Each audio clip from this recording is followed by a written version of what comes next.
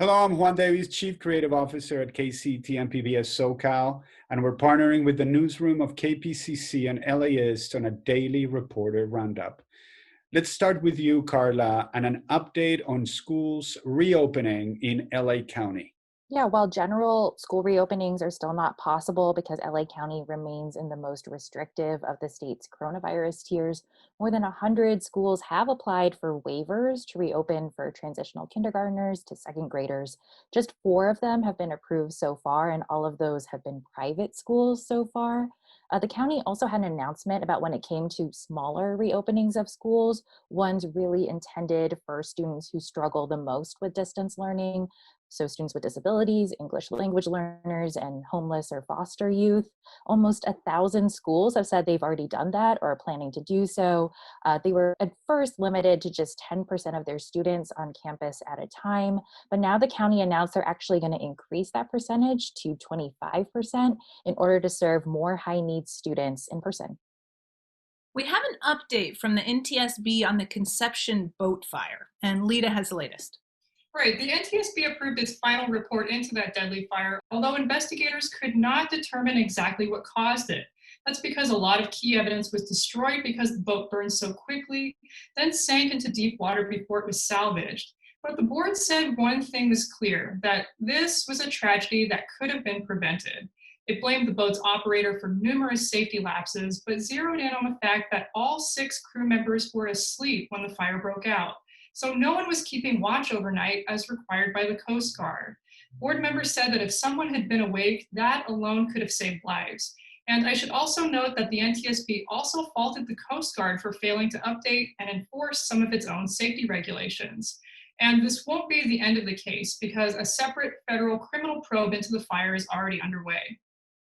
The family of a man who's been in prison for the last 36 years is calling on District Attorney Jackie Lacey and Governor Newsom for his release. Robert has that story.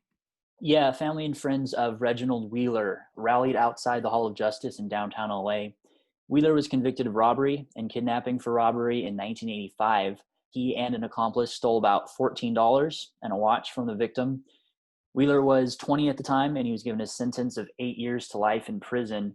According to court documents, he's applied for parole at least a dozen times since then, but all those requests were denied. His sister, Tracy Wheeler, told me today she believes her brother has paid his debt to society and it's time for his release. She said he has just 2 siblings left, and she's worried that if something happens to them, there will be nobody left to fight for their brother. A 2019 decision denying parole says Wheeler violated prison rules 36 times over the years. In an email, the DA's office said Wheeler's conduct while incarcerated had been, quote, less than exemplary. But, other court documents point to his self-improvement efforts in prison. So Wheeler's supporters are pleading with the DA to give his case another look. And finally today, we have Zofia Trexler with us. She's featured in the new KCET documentary, City Rising, Youth and Democracy. Zofia, tell me a little bit more about how you're thinking about the meaning of this upcoming election.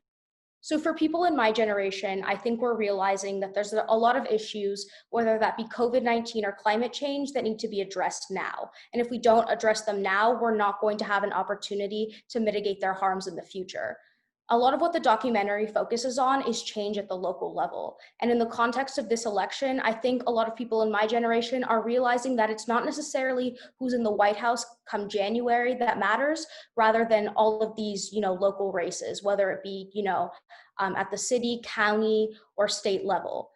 Our generation is really recognizing the power of these grassroots movements. For a lot of Generation Z, this is our first election that we can vote in. I just cast my ballot a few weeks ago, but even if they can't vote, I think it's the power of these grassroots movements at the local level that are really allowing people in our generation to kind of mobilize and work for change. Thank you, Sophia. Well, the future is in your hands and in your generation. I'm so glad that you're all active in your community, and you're totally right. Everything starts local. And thank you all at the KPCC and LAist newsroom. And thank you for tuning in. Take care of your health, your family, your neighbor. We will see you tomorrow.